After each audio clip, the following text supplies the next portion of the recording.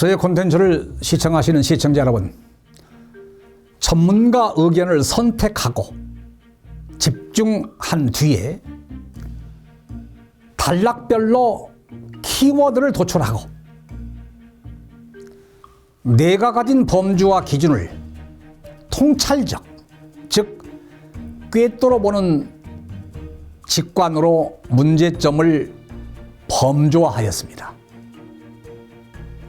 하지만 기획보고서의 핵심은 문제점이 아니라 그 문제점에 대한 대안을 제시하는 것입니다. 결국 문제를 해결하는 행동 양식을 작성하는 것이 중요하기 때문입니다. 그렇다면 과연 내가 전문가 의견을 기반으로 범주화한 문제점을 감당하고 대안을 제시할 수 있을지는 어떻게 확인이 가능할까요?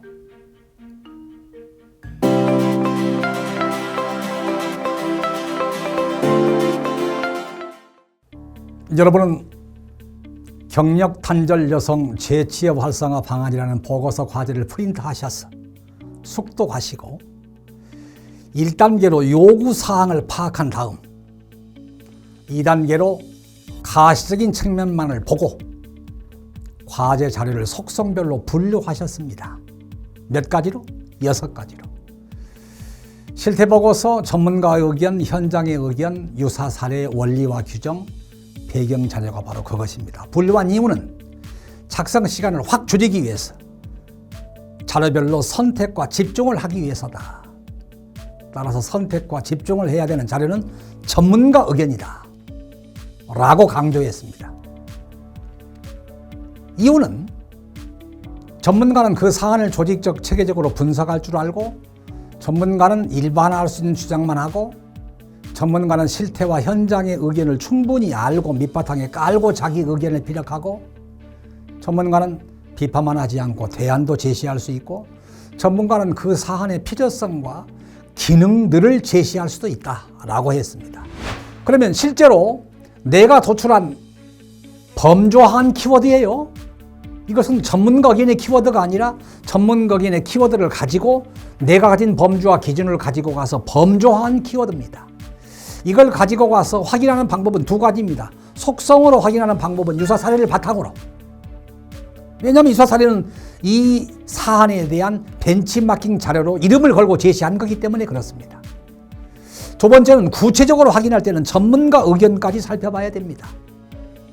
그런데 전문가 의견까지 살피기에는 작성 시간이 허락하지 않습니다. 따라서 속성으로 유사 사례만을 가지고 직접 감당을 확인해 보겠습니다. 자, 이 시점에서 제가 기억을 도와드리죠. 범주화된 키워드를 제가 어떻게 찾았는가요? 먼저 업무 대상별을 찾았습니다. 개인, 기업, 국가로 범주화 기준을 가지고 가서 전문가 의견을 보고 범주화된 키워드라는 용어를 기획했습니다. 이때 용어를 기획할 때 전문가 의견의 키워드만 가지고 안 될 때는 언론 보도 자료를 보고 힌트를 얻는 것도 좋은 방법입니다. 이유는 언론 보도라고 하는 것은 기자들이 쓰는 것이고, 기자의 속성상 용어 선택이나 문장 구성이 굉장히 탁월하기 때문에 내가 범주화한 기준은 내가 가지고 가야 되고, 내가 범주화한 문제점을 감당할 수 있을지는 속성으로 유사 사례를 보고 확인을 해봐야 된다. 그래야만 작성 시간을 확 줄일 수 있다 라고 하는 사실을 강조합니다.